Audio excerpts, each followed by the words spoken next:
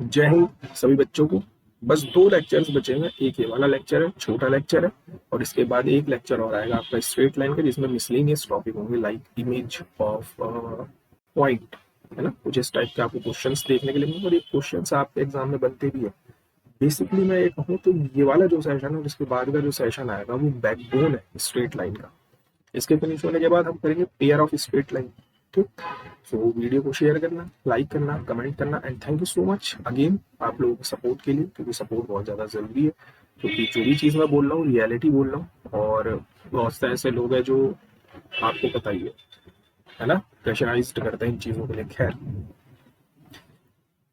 पिछले लेक्चर में हमने कॉन्ग्रुएंस पढ़ा था कि कोई भी 3 स्ट्रेट लाइन आपस में कब कॉन्ग्रुएंस होती है ना। तो उसी कॉन्सेप्ट का है। उसने क्वेश्चन में कहा है ये 3 line first, second and third, these are concurrent. अगर ये कॉन्क्यूरेंट है तो लैम्डा क्या होगा? तो बहुत सिंपल सी बात है। क्वेश्चन बनता है अगर ये तीनों कॉन्क्यूरेंट है तो इनके जो कोएफिशिएंट है ये 3, -4, -13, पहली स्ट्रेट लाइन में कोएफिशिएंट। दूसरी स्ट्रेट लाइन में कोएफिशिएंट 8, -11, -33, एंड अगली वाली के 2, -3 एंड लैम्डा। इनका डिटर्मिनेंट क्या होगा? डेफिनेटली 0 होगा। नाउ आप इसको इजीली सॉल्व कर सकते हो। सॉल्व करने के समय क्यों बर्बाद करना? डिटर्मिनेंट आप इजीली ओपन कर सकते हो, आपको यहाँ से लैम्डा की वैल्यू मिल जाएगी, है ना। मैं आपके लिए थोड़ा इजी और कर देता हूँ। मैं क्या कर रहा हूँ, पहली रो के अलाउंग जिनको अभी डिटर्मिनेंट का ज्ञान नहीं है, क्योंकि जो स्टूडेंट 12th में उसको तो डिटर्मिनेंट निकालना आता है, जो अभी नहीं है, हम देखो ये जो हॉरिजॉन्टल लाइंस होती है ना, इनको हम रोज बोलते हैं। ये रो 1 है, ये रो 2 है, ये रो 3 है।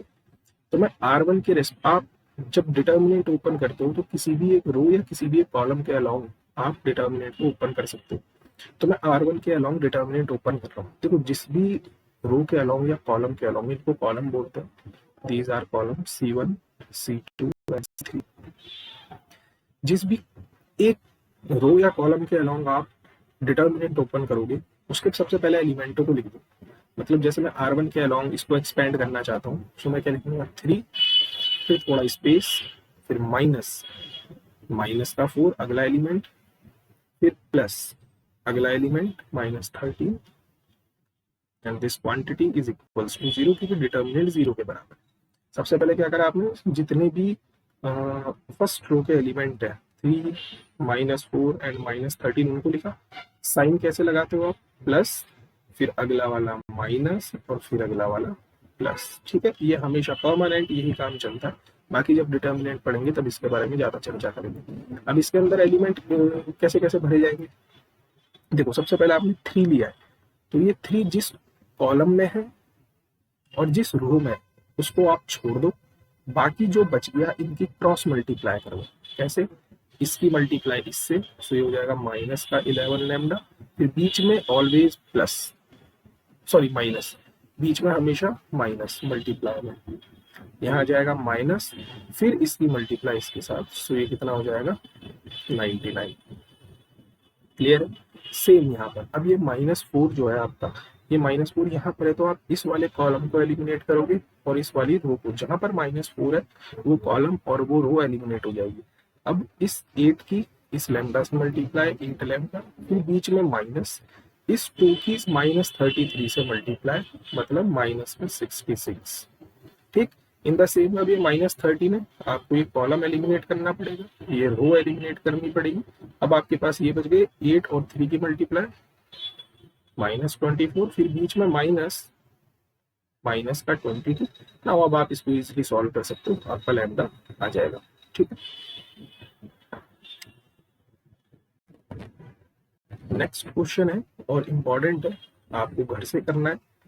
बहुत प्यारा क्वेश्चन है। कह रहा है दीज लाइंस, ये तीनों लाइन आपकी क्या है? कॉन्करेंट है अगेन। तो आपको ये बताना है एबीसी किस में होंगे। एबीसी आपका एपी में होंगे, जब आप इसको सॉल्व करोगे जीपी में निकलेंगे या एचपी में निकलेंगे, है ना। आपको ये फाइंड आउट करना है। कोई भी 3 नंबर्स मैं आपको बता देता हूँ, अगर आपके पास कोई भी 3 नंबर्स हैं, ये एपी में कब होते हैं? इनसे क्वेश्चन बनता है हर साल एनडीए में, जब बीच वाले का दुगना बाकी दोनों के सम के बराबर होता है। ये जीपी में कब होता है? जब बीच वाले नंबर का स्क्वायर बाकी दोनों के प्रोडक्ट के बराबर होता है। और ये एचपी में कब होता है? जब बी जो बीच वाला है, this is 2 times of A C upon A plus C. ठीक है, यहाँ पर मैंने बी लिख दिया है, ये सी है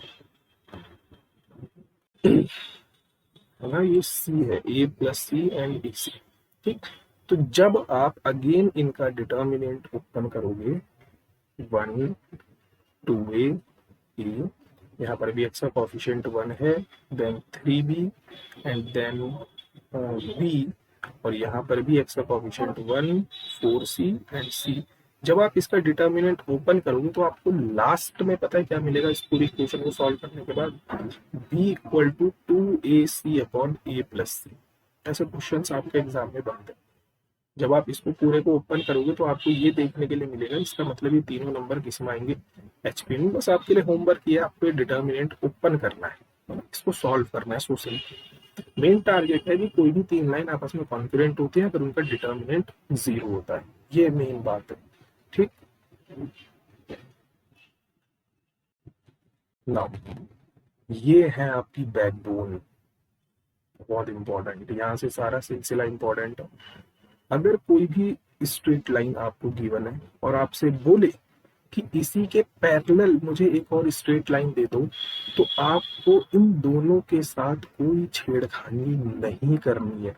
क्या बोला मैंने, अगर मैंने सपोज आपको एक इक्वेशन दी 2x plus 3y plus 4 equals to 0, मैंने बोला मुझे इसके पैरेलल एक स्ट्रेट लाइन चाहिए, तो इसके पैरेलल स्ट्रेट लाइन लाने के लिए मैं क्या करूंगा, मैं x और y को छेड़ूंगा ही नहीं, बस मैं क्या करूंगा, जो कांस्टेंट टर्म है उसकी जगह लैम्डा लिख दूंगा। तो ये जो मैंने लाइन लिखी है, this line is parallel to this line. Clear है, लैम्डा कैसे कैलकुलेट होगा, वो आपको कुछ ना कुछ क्वेश्चन में कंडीशन देगा कि ये जो लाइन है ये सपोज 0,0 से पास हो रही है, ये जो लाइन है ये 1,2 से पास हो रही है, तो आप x की जगह पर 1, y की जगह पर 2 रख देंगे, लैम्डा निकल कर आ जाएगा।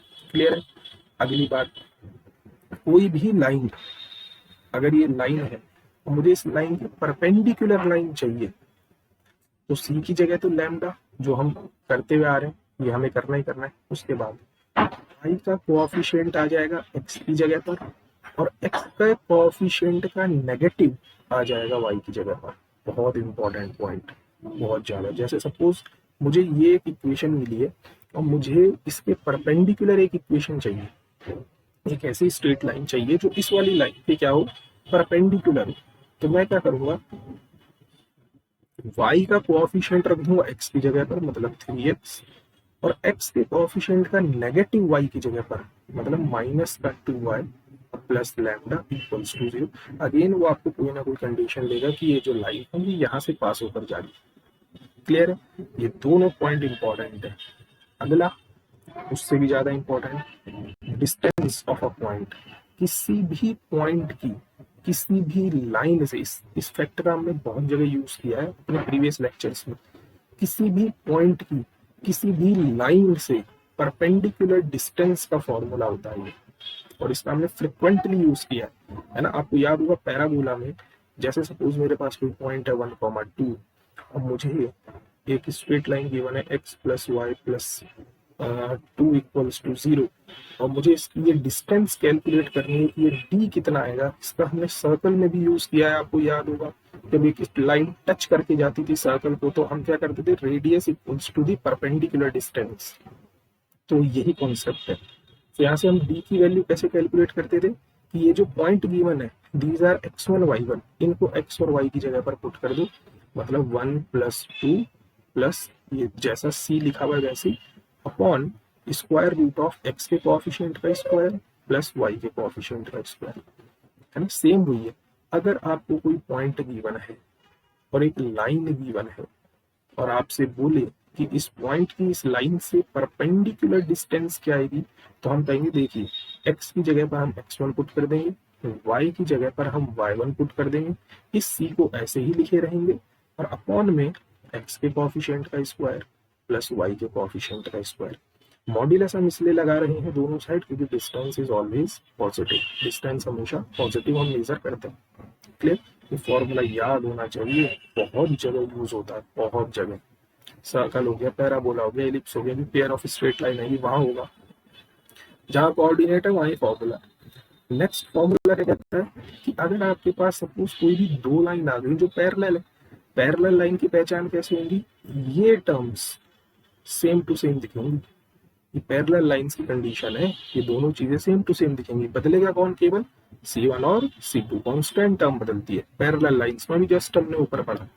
तो अगर ये दोनों लाइन पैरेलल है, सपोज ये एक लाइन है, ये एक लाइन है, और मुझे इनके बीच की ये डिस्टेंस चाहिए कितनी आएगी, तो फॉर्मूला ये है C1 minus C2 upon under root A square plus B square. Always remember, हमेशा याद रखेंगे हम ये बात, ठीक। तो इसी बिहाफ पर एक क्वेश्चन बनता है। क्वेश्चन ये कह रहा है कि अगर P आपकी लेंथ है परपेंडिकुलर, कहां से, ओरिजिन से। ओरिजिन क्या होता है, 0,0, किस लाइन पर, इस लाइन पर। देन आपको बताना है P कितना है, देन P इज व्हाट। तो हमने कहा सर देखो बहुत आसान है, जो P की वैल्यू होगी ना वो परपेंडिकुलर डिस्टेंस है ओरिजिन से, मतलब x की जगह पर हम क्या पुट करेंगे, 0 अपॉन ए, प्लस y की जगह पर भी क्या पुट करेंगे, 0 अपॉन बी, और इस 1 को उठाकर इक्वल टू के इस तरफ लाएंगे, -1, और इसका modulus upon under root of x के कोएफिशिएंट का स्क्वायर। x का कोएफिशिएंट कितना है, 1 अपॉन ए का स्क्वायर, प्लस y के कोएफिशिएंट का स्क्वायर मतलब 1 अपॉन बी का स्क्वायर। क्लियर। सो ये मेरे पास क्या आ गया, this we have 1 upon under root 1 upon A square plus 1 upon B square. ना मैं दोनों तरफ स्क्वायर कर देता हूँ ताकि ये स्क्वायर रूट हट जाए, तो ये हो जाएगा 1 upon A square plus 1 upon B square. ठीक, जैसा ऑप्शन उसने दिया वो उस हिसाब से हम इसको सॉल्व कर लेंगे। क्लियर है ये बात। तो ये चीजें आपको बिल्कुल क्लियर होनी चाहिए, आप परपेंडिकुलर डिस्टेंस कैसे कैलकुलेट करते हो।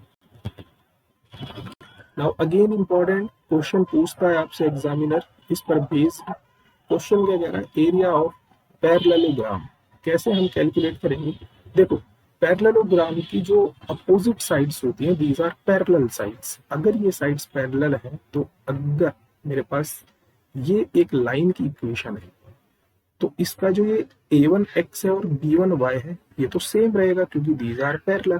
चेंज कौन होगा, केवल कांस्टेंट टर्म चेंज होगी। इन द सेम वे इस वाली लाइन के ये जो दो हैं ये तो सेम टू सेम रहेंगे क्योंकि ये लाइन पैरेलल्स है आपस में, है ना, दीज लाइन पैरेलल्स। केवल चेंज कौन होगा, ये d2 चेंज होगा और ये c2 चेंज होगा।